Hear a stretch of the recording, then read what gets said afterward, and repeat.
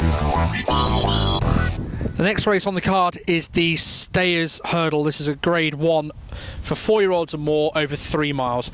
The current favourite 7-4, and that's Paisley Park. And it's really easy to see why Paisley Park is the favourite. 4 wins from 4 this year. It's unbelievable, really, that the Grade 1 win this year for Paisley Park was Aidan Coleman's first Grade 1 victory, which was very surprising, to be honest, for me, considering how long Aidan's been around.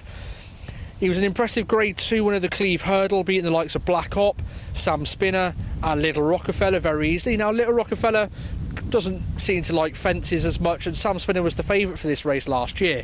So that does appear to be quite good form, but the way that Paisley Park has a change of gear to find that extra bit of pace, I think that's what's going to help him out here, to be honest. And I think it will take a lot to actually get this horse beat, to be perfectly honest, even if the trends suggest otherwise.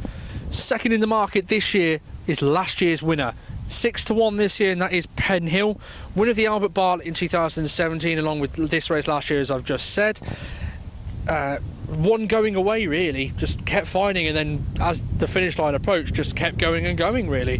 Followed both times up with seconds at the Punchestown Festival, but then we don't really tend to, well, we don't see it at all between Punchestown and the following festival. And again, that's what's happened this year.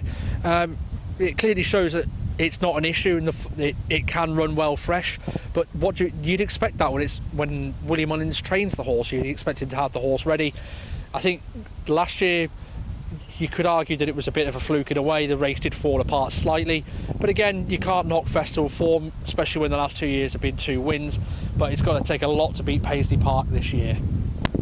The other horse just to mention in here, and it's a big if he comes here, because there was the talk ages ago that he was out for the season, that he wasn't, that he was, and now he might come back for this race, and now he might not come back for this race and may go to Aintree or Punchestown, or may go to neither. But he's 9-1 in the market if he is, and that's Sam Crow. That's right, Sam Crow, the horse that didn't really want this far last year when winning pretty easily, did idle very much towards the end. But if he comes here, like I say, won the Ballymore last year, but his form has again disappeared completely since then. A bit strange, really, why it's done that, because he did win pretty well, in my opinion anyway. He was easily beaten in the fighting 5th by Bouvedere at Newcastle. Run in the Ryanair at Leopardstown, I mean, that run was just too bad to be true. It's unbelievable. He's been beaten by horses like Bedrock as well, so that's a bit strange in itself.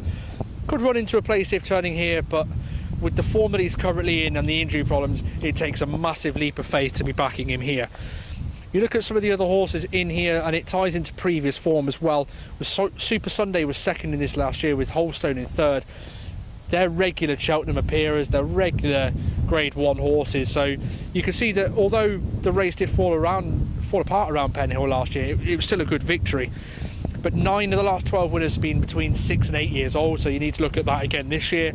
5 of the last 12 winners were favourites, and 8 of the last 12 finished in the top 3. So again, you could argue that if you find something each way, you could play that angle quite easily.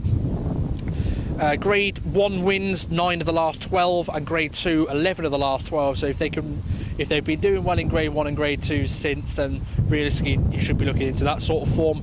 Hurdle form is definitely a big thing in this race as well. 11 of the last 12 winners had 9 runs over hurdles. So again, if you can find that link in there, then that's another angle that I'd be going down.